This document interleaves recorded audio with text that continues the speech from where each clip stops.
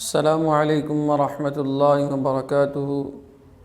آج ہم آپ کے سامنے پردے کی اہمیت کے متعلق ایک واقعہ گوش گزار کریں گے۔ تو اللہ جل جلالہ سے دعا ہے کہ اللہ جل جلالہ ہمیں حقین اور اس کے مطابق عمل کرنے کی توفیق عطا فرمائے۔ پردہ جو ہے وہ عورت کی زینت ہے۔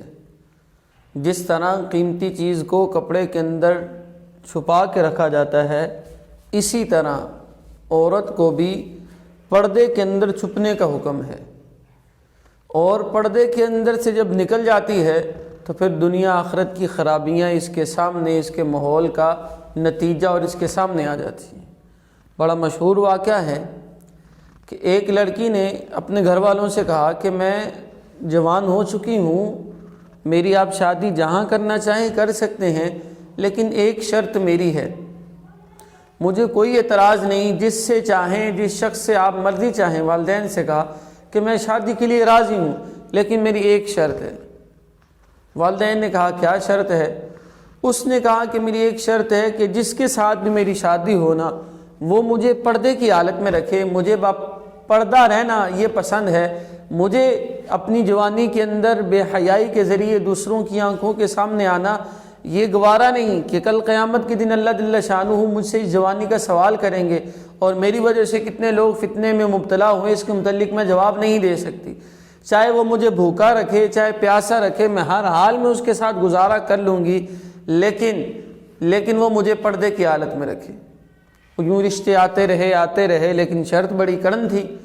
پھر ہوا یوں کہ ایک لڑکے کا رشتہ آیا، اس نے کہا ٹھیک ہے کہ اس کو میں پردے کی حالت میں رکھوں گا۔ ہوا یوں کہ وہ پردے میں رہنے لگے۔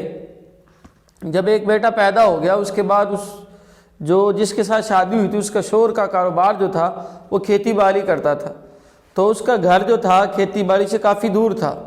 ایک دن کہنے لگا کہ اے نیک بخت، تو بھی نا اب کیا کیا کر، تو میرے پاس کھانا لے کے آ جایا کر، یہ اتنا وقت جو میرا صرف ہوتا ہے آنے جانے میں، کھانا کھانے میں، اس میں کام کا حرج ہوتا ہے۔ اگر تو کھانا لے آئے گی اتنی دیر میں زیادہ کام کر لوں گا، تو اس میں مجھے بھی سہولت ہے۔ تو اس نے کہا چلو میرا خاوند ہے اور اس کا حکم یہ ہے، تو مرد کی اطاعت کرنا عورت کے لیے ضروری ہے۔ تو اس نے کہا چلو ٹھیک ہے۔ اب اس نے گھر سے باہر جانا شروع کر دیا۔ اب اللہ پاک نے پھر امید لگائی، تو پھر دوسرا بیٹا بھی پیدا ہو گیا، 2 بیٹے ہو گئے۔ تو اب اس نے کہا کہ کام زیادہ ہوتا ہے، تو بھی میرے ساتھ ہاتھ بٹھایا کر۔ کھانا تو پہلے لے کے جاتی تھی، اب کہتا ہے تو میرے ساتھ نا تھوڑا کام کاج کیا کر، تاکہ مجھے سہولت مل جائے، مجھے آرام مل سکے۔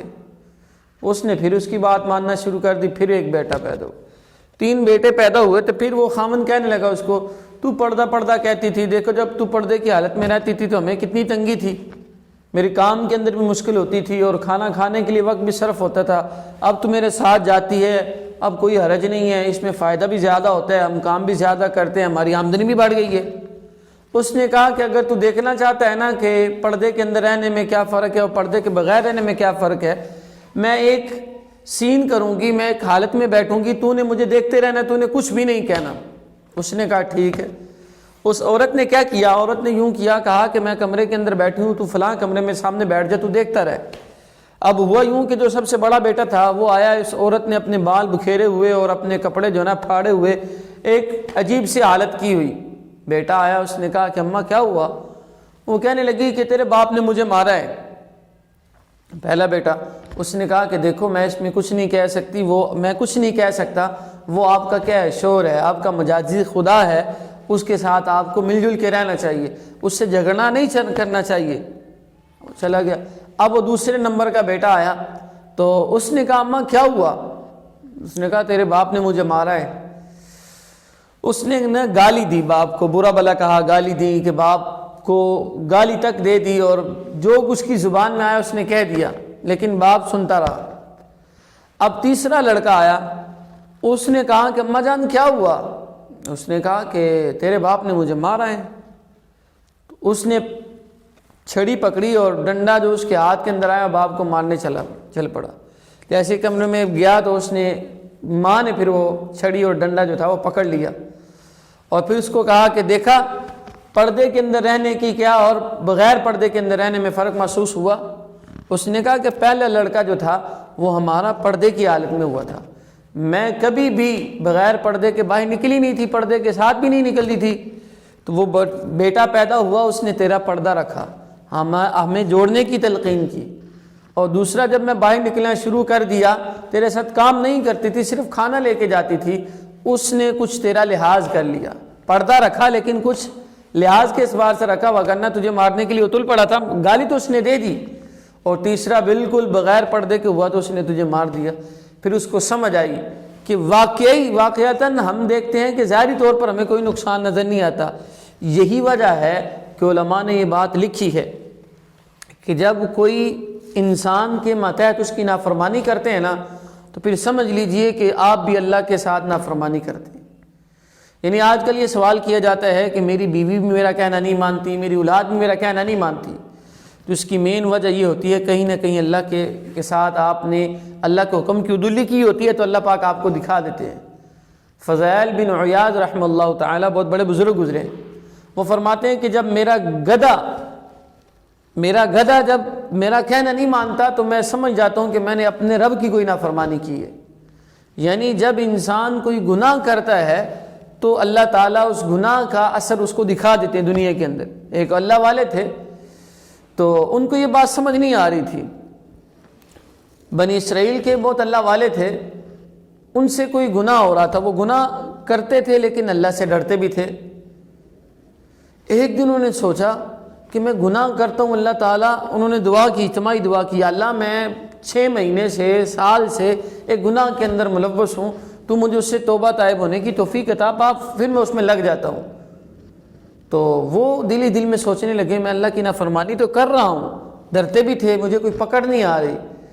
تو ان کو خواب کے اندر یہ بات بتلائی گئی کہ دیکھو، آپ تہجد کے وقت اٹھتے ہو، اللہ کے سامنے مناجات کرتے ہو، اور مناجات کرتے وقت پہلے آپ کے آنسو گرتے تھے، ان آنسوؤں کی لذت سے اللہ نے آپ کو محروم کر دیا۔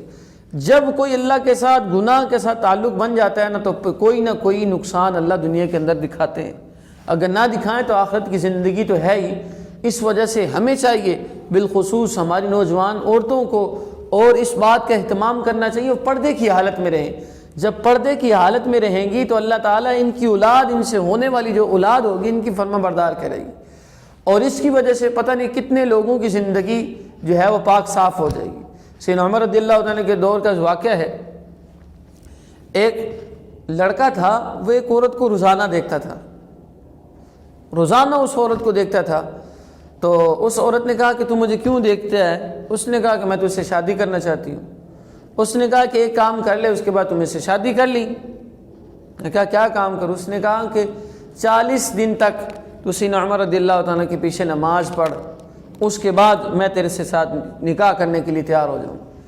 جب وہ 40 دن تکبیر اللہ کے ساتھ نماز پڑھتا رہا، اب 40 دن کے بعد آیا تو اس کی نظریں جھکی ہوئی ہیں۔